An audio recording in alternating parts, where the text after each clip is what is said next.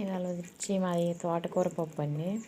తోటకూర దొండకాయ కలిపేసాను. చాలా టేస్ట్గా ఉంది. నేను నాకు ఇలా గిన్నెల్లో తినడమే ఇష్టం అండి. ఎక్కువ పళ్ళెంలో తొందరగా తిన్ను.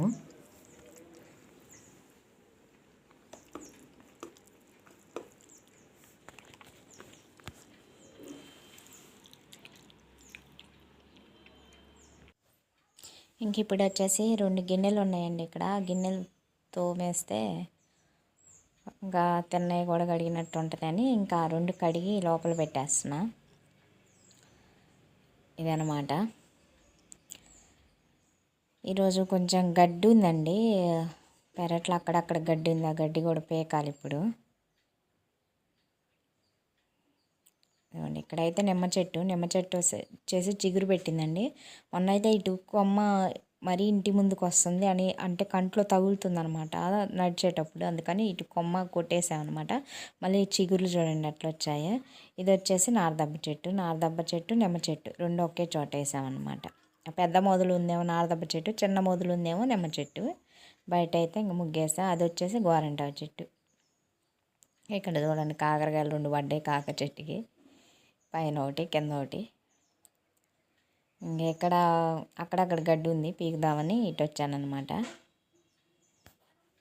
ఎండాకాలం అంతగా ఏమి కాయవండి. మొక్కలు వేసిన దానికి ప్రత్యేకంగా శ్రద్ధ తీసుకుంటే తప్పితే మనం పండించలేమన్నమాట. రైతులు అసలు చాలా గ్రేట్ అండి నిజంగా. వాళ్ళకున్న ఓపిక ఎవ్వరికి ఉండదు.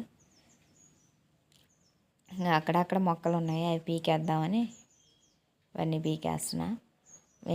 నేను బీకడం అవి మొలవడం, నేను బీకడం అవి మొలవడం. అదే మామూలు చెట్లు వేసామనుకోండి అసలు ఎంత కాయవు మొలవు ఏందో కదా.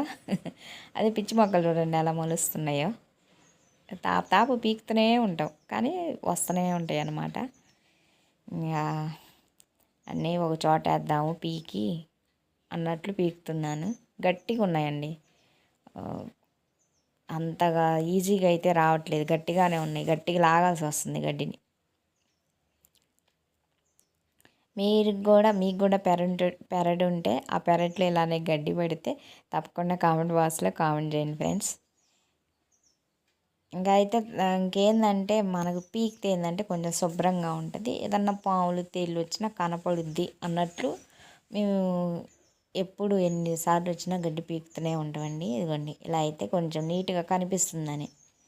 ఇదిగోండి అంత గడ్డి అయింది చూశారు కదా, అక్కడ కుప్పలాగా ఉంది కదా గడ్డి, అదనమాట నేను పీకింది.